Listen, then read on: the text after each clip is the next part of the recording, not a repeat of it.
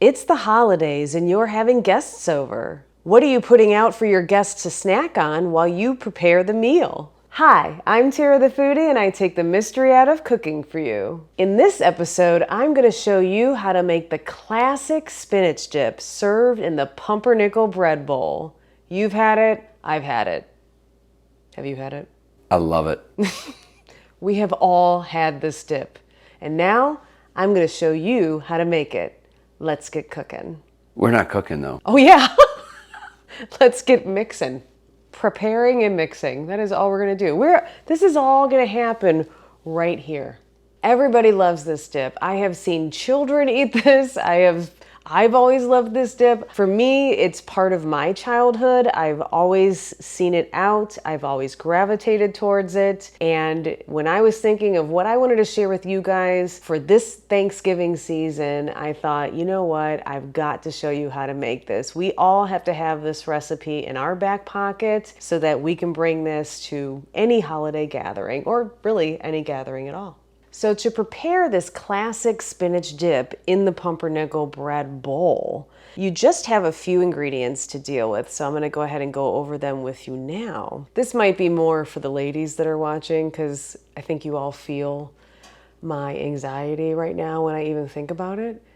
Every year when Thanksgiving approaches and we're getting close and it's time to go shopping, every woman that walks into that grocery store wants this. It's like a football that she is running for and trying to lunge for and grab away from some other woman that's trying to get to it too. There are only so many of these pumpernickel bread loaves, okay? And they run out. Secure your wonderful loaf of pumpernickel bread first.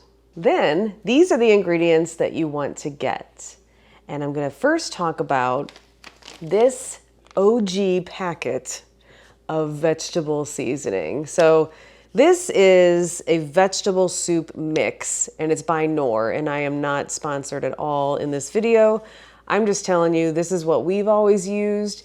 There are probably other vegetable soup mixes that you could use that are like a knockoff of this. Next, you want to buy a frozen package of chopped spinach. It'll be 10 ounces. There's a little bit of prep that you have to do, not much.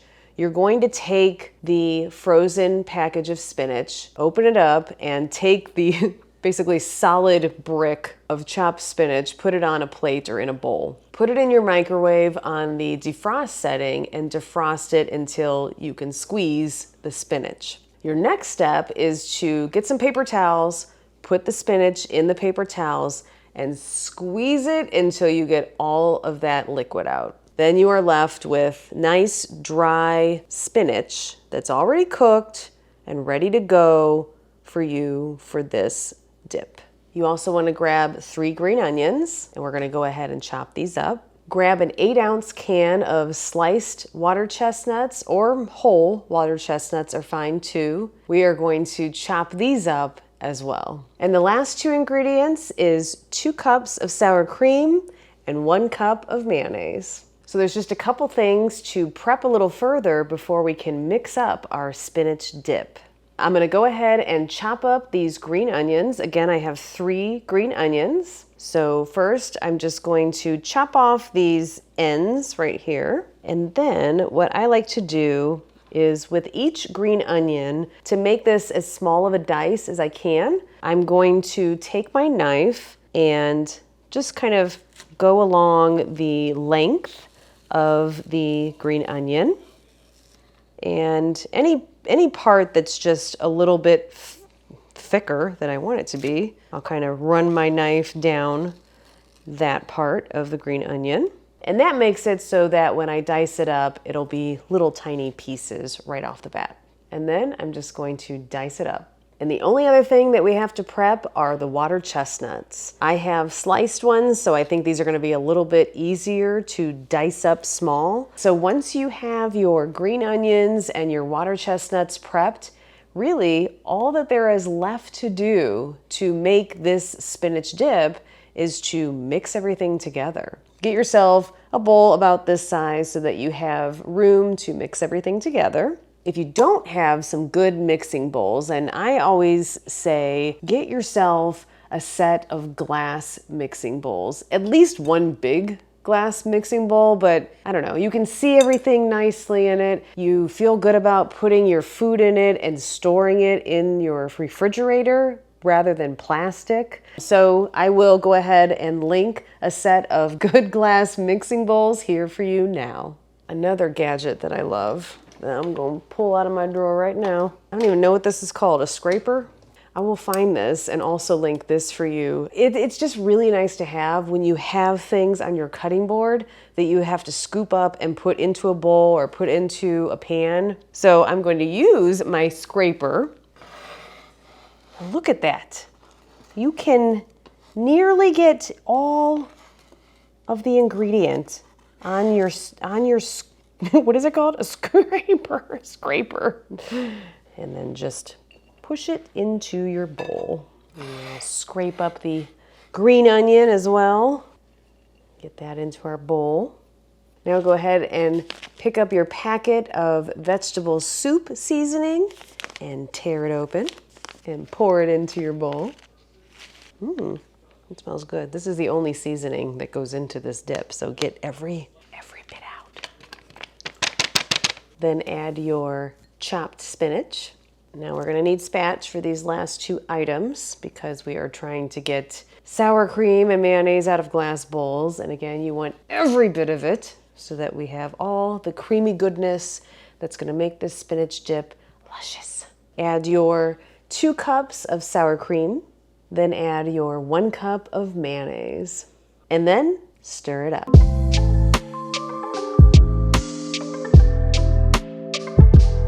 And while I am stirring this glorious spinach dip, have you subscribed to my channel yet?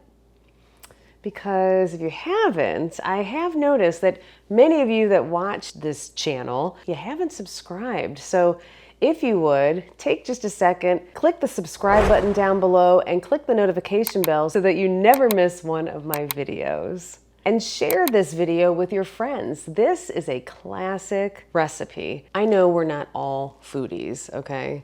But if you have that one friend that's like, what should I bring when I come over to the party? You know you've got that one friend that can't cook a hot dog. They can even make this recipe. So share this recipe with them and they will be thanking you forever.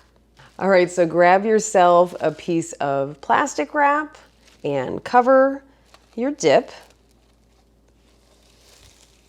and place it in your refrigerator for a couple of hours.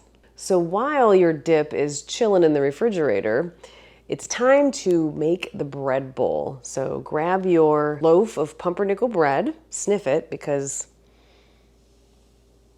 it smells so good. It's just, I don't know. I love pumpernickel. It smells so good. And you want it to be nice and soft and just, you'll know, it's so fresh and soft. So place it on your cutting board and grab a bread knife. Now, if you don't have a bread knife, you do need a bread knife. You might not use it very often depending on how much you deal with slicing bread, but it is important to have a good bread knife that has these kind of big serrated teeth on it. Now you could buy a bread knife separately or you could get it as part of a knife set, which I suggest if you haven't bought a knife set yet. I'll definitely link one here now for you. The type that I like to use is the Henkel brand, and that's what this is.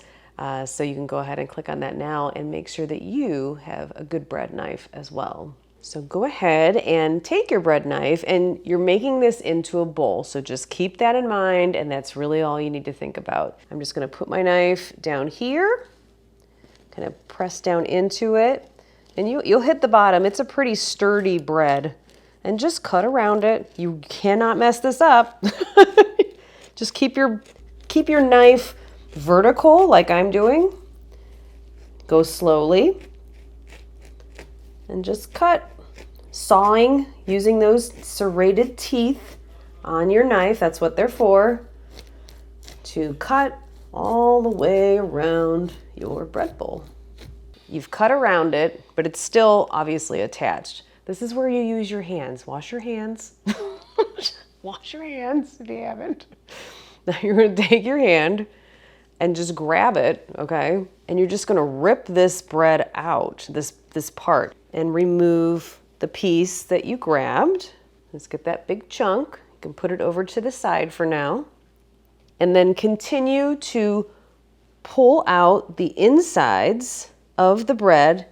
Try to keep it into as large of a piece as possible because we are gonna then rip this up or cut it up into bite-sized pieces because you're serving this dip with these bread pieces. You really just need the shell of this bread bowl to put your spinach dip into.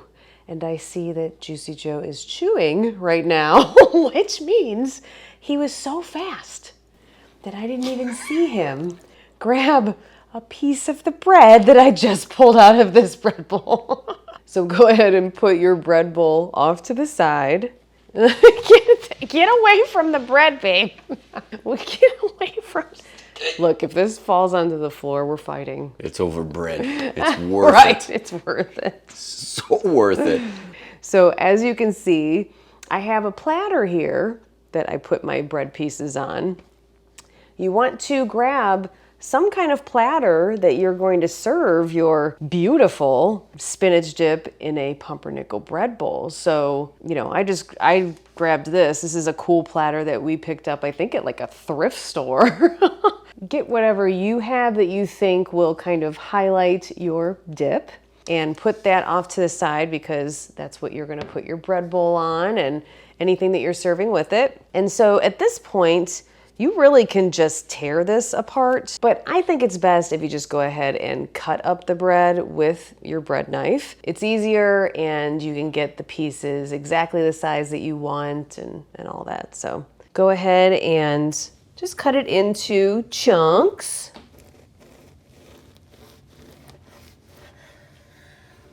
You want to cut it into chunks that are big enough to grab and dip into some dip.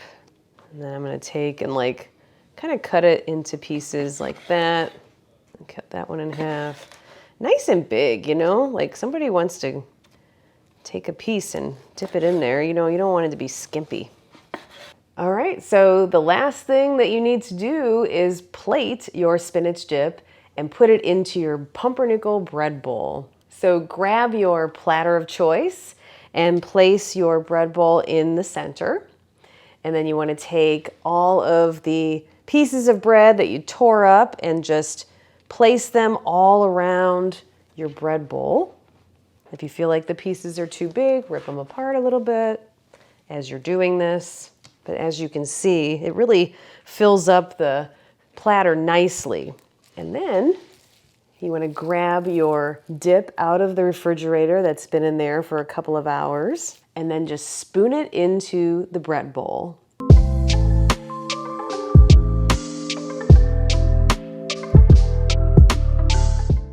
Behind the scenes, I'll be over in the corner licking this bowl.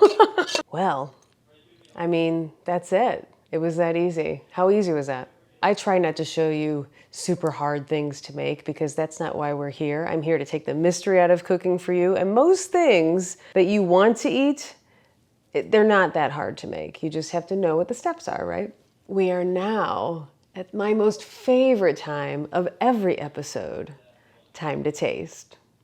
Which one would you pick, Mr. Bread Monster? Spin the plate. Spin the dish. Oh, yes. Oh, yes.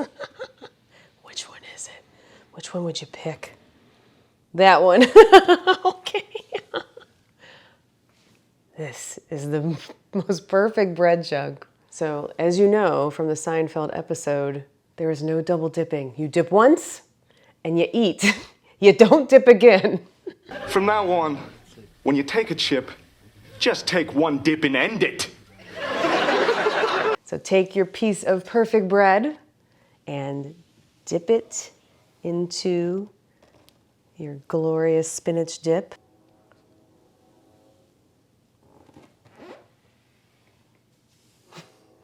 Now, also serve this with a spoon because somebody's gonna be like, that ain't enough dip. And that's me. if you didn't get enough in your little dip, put more on the bread. Now this is the most perfect bite.